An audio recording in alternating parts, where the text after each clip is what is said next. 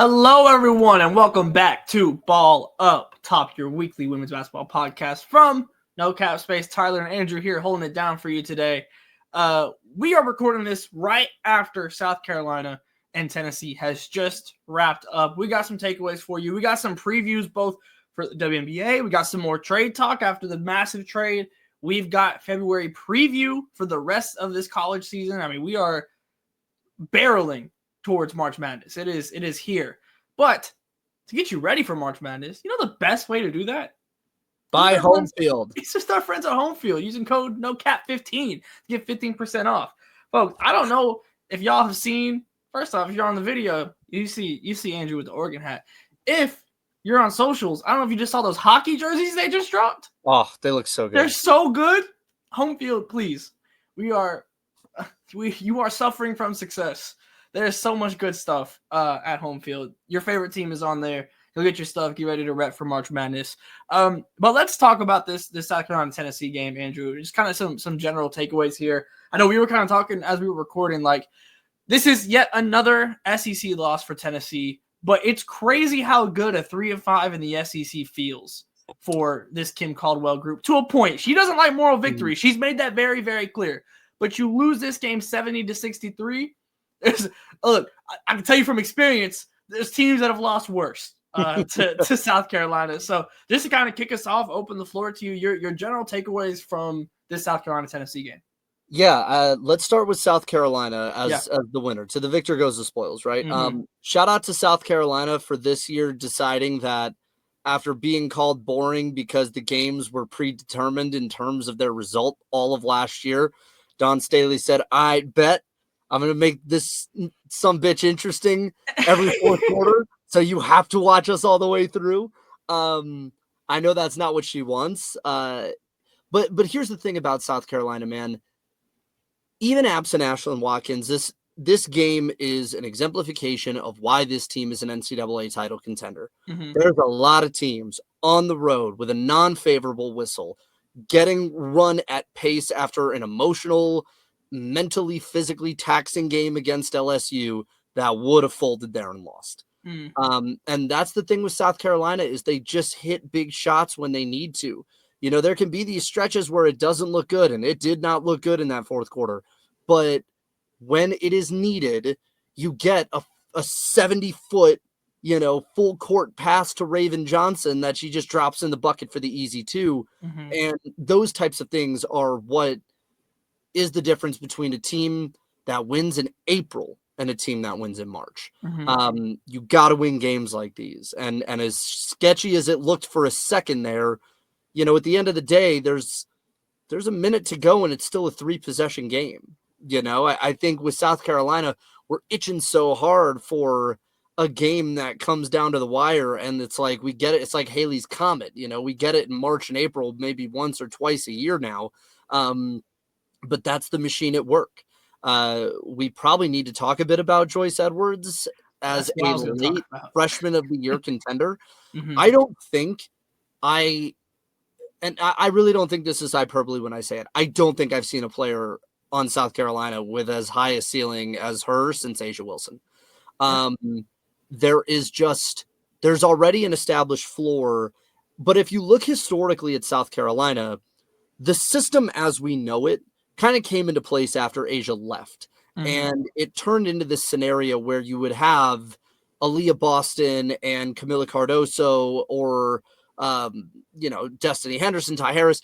You're making player of the year and freshman of the year arguments on advanced analytics and eye tests and saying, get by the counting stats because everybody on this team eats. She's the player that might end up being an exception to that rule.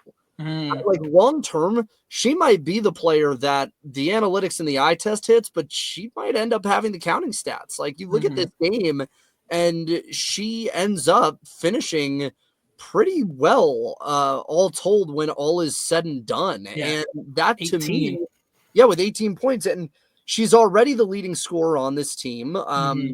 She's been last 4 games, 18, 14, 17, 21. Those types of averages, you haven't seen them over at South Carolina in a good long while. Usually those averages hover somewhere between 12 and 14.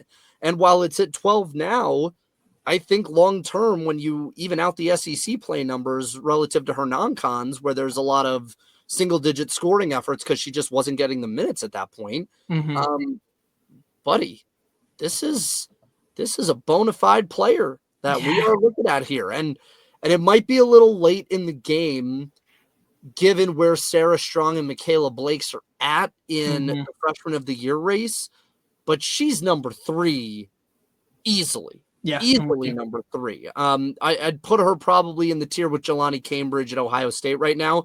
And if Joyce keeps playing this way with Ashlyn Watkins out and they keep winning games and keep needing her to win, then you start talking about her over Blakes and maybe her over Strong. Strong, I think, is still 1 right now in that race, but buddy, Joyce has legit.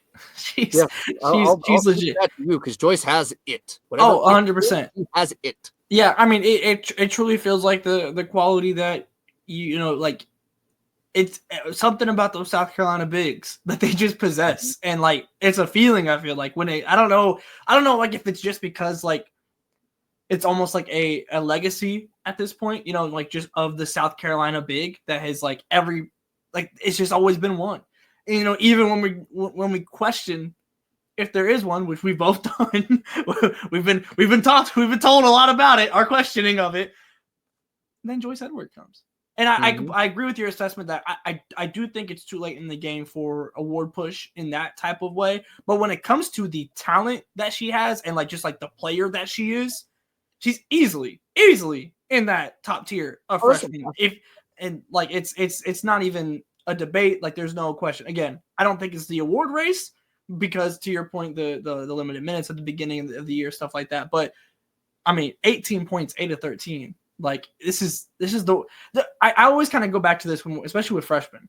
This is the worst they're gonna be. Like this is like especially in a system and in a program that has been so great at just churning out these all-star, all WNBA caliber bigs. Like we're not just talking like, oh yeah, they're making it into the WNBA. You have a avatar succession of all WNBA caliber bigs that have gone through Columbia, South Carolina. And Joyce Edwards, there's no reason to believe that she is not going to be that next one. And I love the fact that you brought up the way that she feels potential wise, because and I don't know, honestly, maybe it is just like the signs of Asia in her game, because I feel like she has way more Asia to her game than Aaliyah or Camilla. Yeah. But I'm with like the ceiling, the potential of Joyce feels like it's Asia level. Yeah. Like, which is just a slight tier higher than Aaliyah and Camilla to me. Like when I say that, and not that being in that tier is bad either, but it's just a slight little bump up. And I'm with you that this even feels a little bit different with Joyce. Well, it's just that length and versatility, right? I mean, Aaliyah, very traditional back-to-basket big, like nearly averaged 17 and 12 her junior year. And I think those are the numbers that would constitute a superstar at South Carolina, given what, again, the system is now. But you go back and look at Asia's senior year, Asia was averaging like 22 and 11 her senior year. Dominant, yeah. And to me, like that feels like where Joyce can go, because she has back-to-basket post abilities, but she's got that jumper. You know, she's got that elbow game. She's got some of those things that Asia has intuitively that I think Aaliyah is having to learn in the W now. I still think there's a shot, like if she really turns up in the conference tournament toward the end of the year, I think maybe there's an outside shot at freshman of the year, but I also think I wouldn't dismiss it out of hand. I think my only argument to it is like Sarah Strong, I think, would have to lose it. I agree.